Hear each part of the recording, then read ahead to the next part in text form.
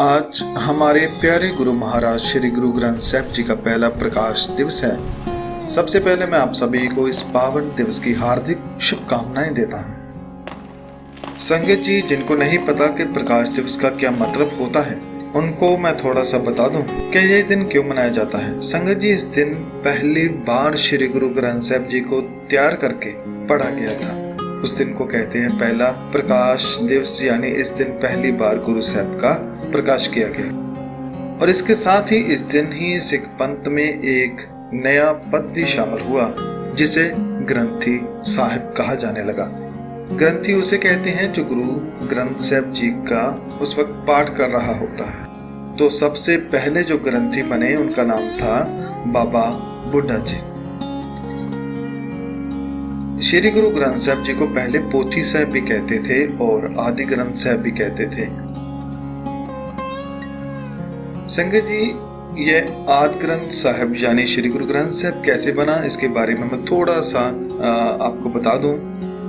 जब साहब श्री गुरु नानक साहब पहली पातशाही विश्व में गुरमुखों की खोज से निकले, तो उन्होंने बहुत से संतों भक्तों की वाणी को इकट्ठा किया और खुद भी बहुत सारी वाणी लिखी।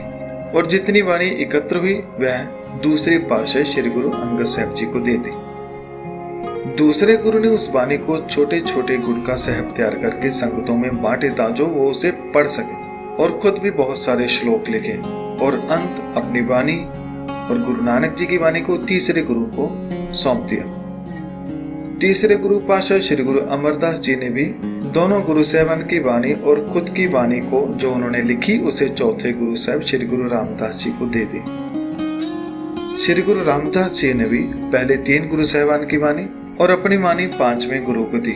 इस तरह जब तक यह पूरी वाणी श्री गुरु अर्जन साहब जी के पास पहुंची, तब तक यह वाणी बहुत सारी हो चुकी थी। श्री गुरु अर्जन साहब जी ने पूरी वाणी को अलग अलग पोथियां रखने की बजाय एक ही जगह इसे रखने का मन बनाया, ताकि कोई इसमें मिलावट न कर सके और जो चाहे इसे पढ़ सके, समझ सके। तो गुरु साहब गुरुद्वारा श्री रामसर साहब जा बिराजी और वहां पर भाई गुरदास जी और अन्य सिखों को साथ लेकर इस पूरी वाणी को तरतीब पर लिखने का फैसला किया। हर एक शब्द को राग के आधारित लिखा और 2 साल से भी ज्यादा समय लगाकर यह ग्रंथ साहिब को तैयार किया।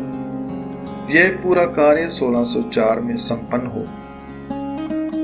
जिस दिन पहली बार श्री गुरु ग्रंथ साहिब जी का प्रकाश हुआ, उस दिन को बड़ी धूमधाम से मनाया गया।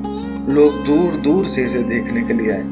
गुरुद्वारा रामसर से श्री दरबार साहिब अमृतसर तक नगर कीर्तन के रूप में लोग साथ में चले। बाबा बुड्ढा जी ने गुरु ग्रंथ साहिब जी को शीश पर उठाया था। श्री गुरु अर्जन साहिब जी चवर कर रहे थे और पहली बार उस वक्त श्री गुरु ग्रंथ साहिब जी को अमृतसर में लाया गया और गुरु साहब को एक राजे की तरह एक सिंहासन पर बिठाया गया।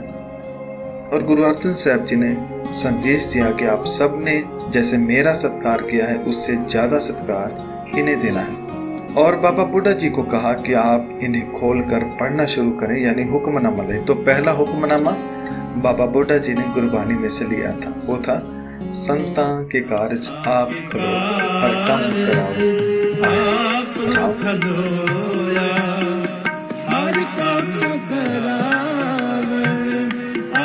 तो ये वो दिन था जिसे आज पूरी दुनिया पहला प्रकाश दिवस के रूप में मनाती है। ये दिन देसी महीने के अनुसार आता है, इसलिए अंग्रेजी महीने में इसकी तारीख कभी कोई आती है, कभी कोई आती है। मैं आप सभी को इस दिन की एक बार फिर हार्दिक शुभकामनाएं देता हूं और श्री गुरु अर्जन साहब जी का कोटान कोट धन्यवाद करता हूं, जो उन्होंने ये ग्रंथ साहब तैयार करके हमें दिया। धन्यवाद। वाहिगुरु जी का खालसा, वाहिगुरु जी की फतेह।